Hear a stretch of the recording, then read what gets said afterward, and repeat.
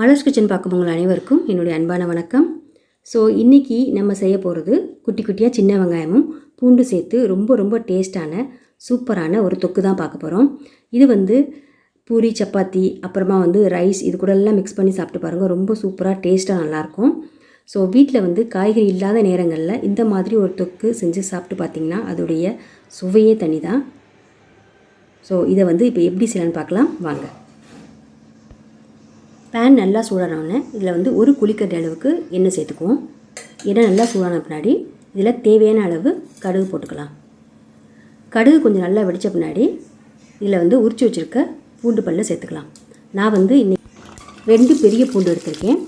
இந்த பூண்டு லைட்டாக ப்ரௌன் கலராக மாறட்டும், அது வரைக்கும் வதக்கி விட்டுக்குவோம். கொஞ்சம் பூண்டு நல்லா வாசனை வந்த பின்னாடி இதில் உரித்து வச்சுருக்க சின்ன வெங்காயத்தை சேர்த்துக்க போகிறோம்.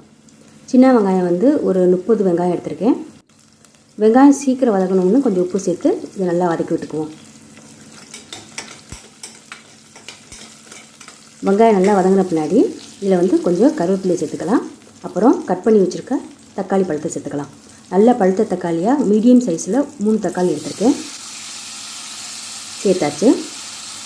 இப்போ இந்த தக்காளி நல்லா மசிகிற வரைக்கும் நம்ம வதக்கி விட்டுக்குவோம். தக்காளி நல்லா வதங்கின பின்னாடி தான் நம்ம மிளகாய்த்தூள், மஞ்சத்தூள்லாம் சேர்த்துக்கணும். அது வரைக்கும் நம்ம கேஸை மீடியம் ஃப்ளேம்லேயே வச்சு நல்லா இந்த மாதிரி தக்காளி வதக்கி விட்டுக்குவோம். இப்போ 1/2 டீஸ்பூன் மஞ்சத்தூள் சேர்த்துக்கலாம்.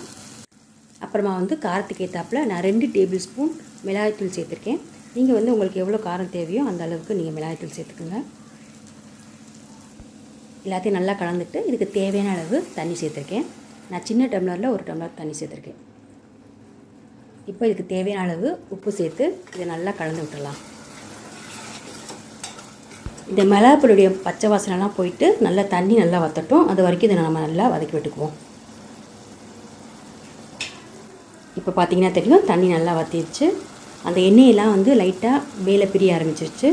ஸோ இந்த ஸ்டேஜில் நம்ம கேஸ் ஆஃப் பண்ணிடலாம். அவ்வளோதான், சூப்பரான ரொம்ப சிம்பிளான ஒரு தொக்கு ரெடி ஆயிடுச்சு. கண்டிப்பாக அதை நீங்கள் வீட்டில் செஞ்சு பாருங்கள். இந்த வீடியோ பிடிச்சிருந்துச்சுன்னா மறந்துடாமல் இந்த வீடியோ கீழே ஒரு லைக் போட்டு ஷேர் பண்ணிடுங்க. அப்புறம் இது வரைக்கும் நீங்கள் மலர்ஸ் கிச்சனுக்கு சப்ஸ்கிரைப் பண்ணலன்னா மறந்துடாமல் சப்ஸ்கிரைப் பண்ணிடுங்க. மீண்டும் சந்திக்கலாம்.